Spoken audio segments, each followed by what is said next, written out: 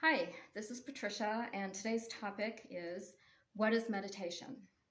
Well, you could ask 100 people who meditate what the definition of meditation is, and they'll each give you a different answer, slightly different answer, and that's because it's based on their experiences on meditating.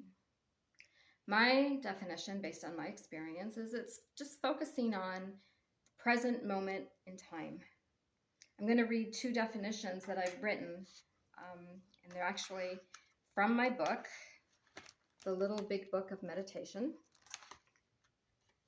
So in one short answer, meditation is basically focusing on one point, whether tangible or intangible, such that for the duration of that focus, you have an experience that can range anywhere from relaxation to a spiritual transformation or nirvana.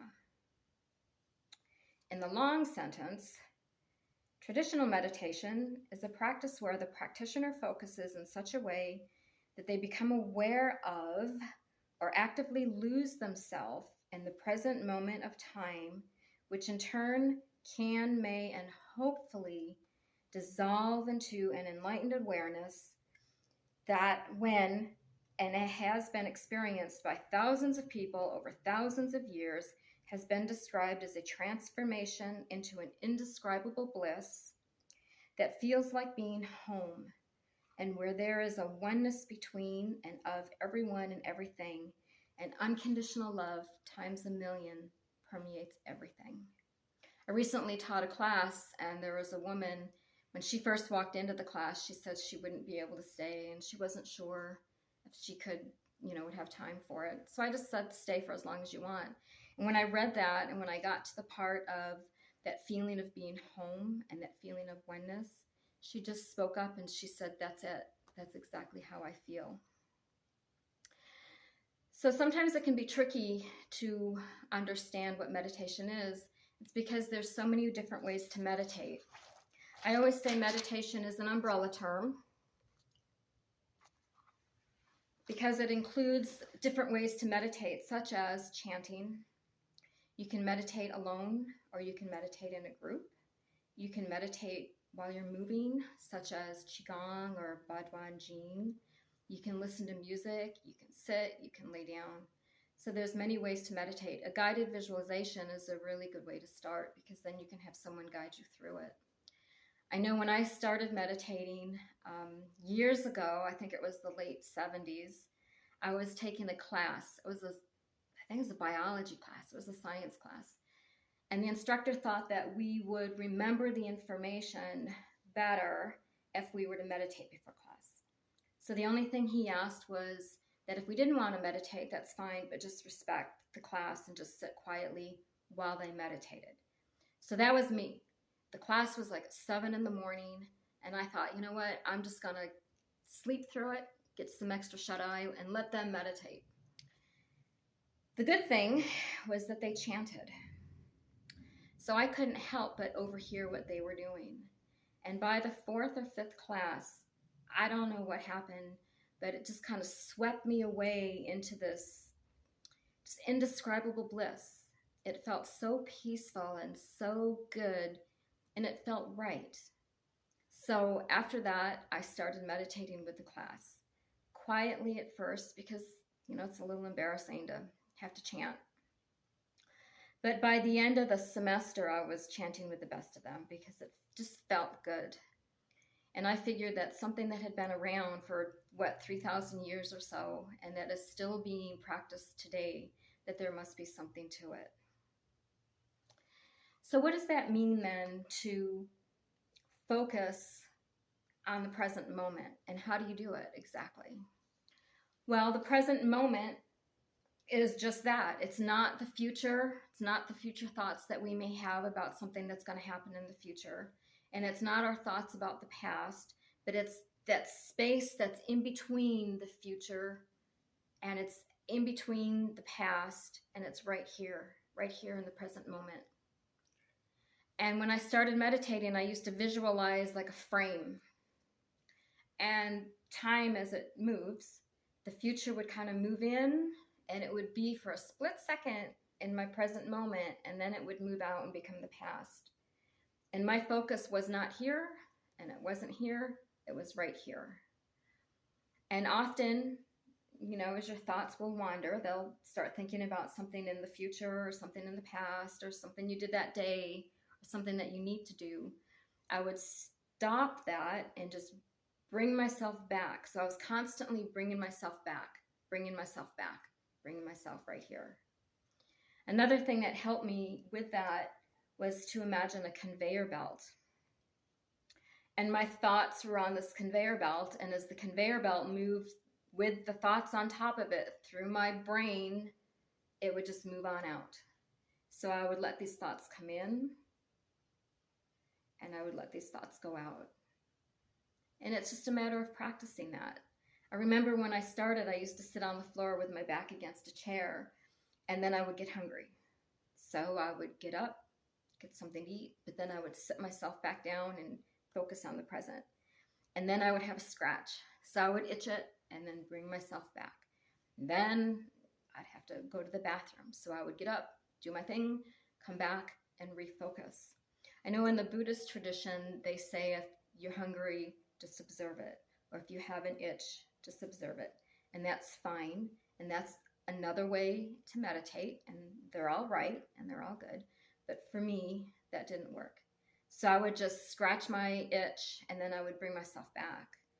And with time and the discipline of that practice, the itch no longer bothered me. I no longer had to get up to eat. So with time, I was able to spend a longer and longer time meditating. In the beginning, maybe I could only sit for a couple of minutes and just keep my focus here. And then with time, I could spend 2 minutes, and then 15 minutes, and then 20 minutes. It's a matter of practicing and having the discipline to do it. And if at first your thoughts are on, well, it doesn't work, or I'm not doing it, let those thoughts be on the conveyor belt, and let them come in, and let them go, and bring yourself right back to this present moment. And it's just a matter of bringing yourself back to it. And then after you do it for a while, it's like you won't have to do that because you just automatically are in the meditation mode. There are levels of meditation, so different things can happen for different people as you meditate. You start off, and after the initial maybe frustration of getting through it, you'll feel relaxed. It'll just feel nice. It'll kind of calm your day. Often our days are like this, right? We want to bring it back to here, and meditation helps recenter us. So you'll feel that recenteredness and a sense of relaxation. And then you may feel less stressful. And the good thing about that is meditation does help with stress reduction. There are a lot of health benefits that are associated with stress reduction, and that's going to be a whole separate topic because I want to go into the research behind how meditation can help with different health conditions. And then we have a sense of compassion. You'll start to feel maybe a stirring in the area of your heart, and you'll feel a different type of softness to your heart. A lot of times, if we go through life, we have a certain hardness to our hearts, and meditation can help soften that. Meditation also helps with the feeling and sense of compassion. What's interesting about that is that there is research that shows when they study people who meditate, they study their brains, the area of the brain that relates to compassion is larger in people who meditate.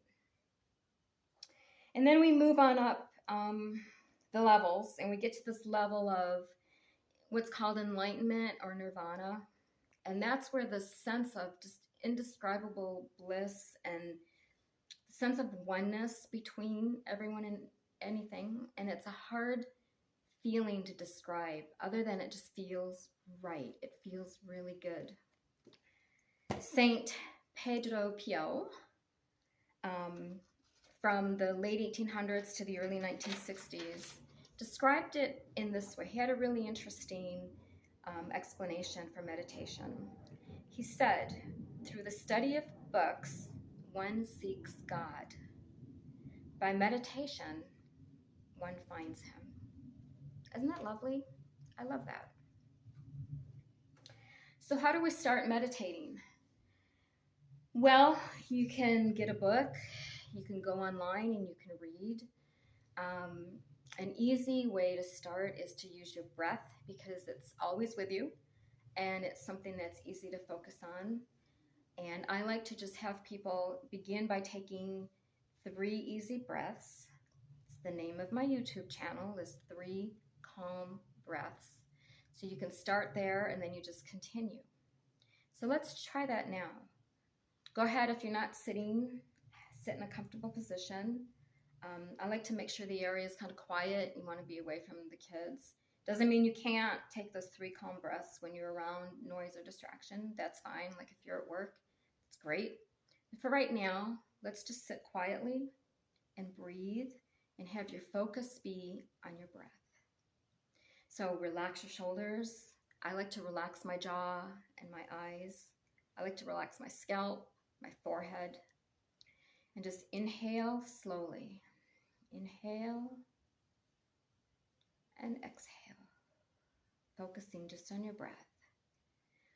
Inhale and exhale, letting go of any future thoughts, letting go of the past. Inhale and exhale. Let all your muscles soften. Let your thoughts soften. Inhale, exhale. And if your mind begins to wander, just bring it back to your breath. Inhale and exhale. Again, inhale and exhale. Inhale and exhale. And let's do one more time. Inhale and exhale. So now you can practice that on your own. And then our next topic is going to be on what is Qigong. I teach classes in that, and that's always a fun topic to talk about. We talk about Qi a lot. But for today, thank you for coming to class, and I hope this answered a few questions that you had about meditation. Thank you.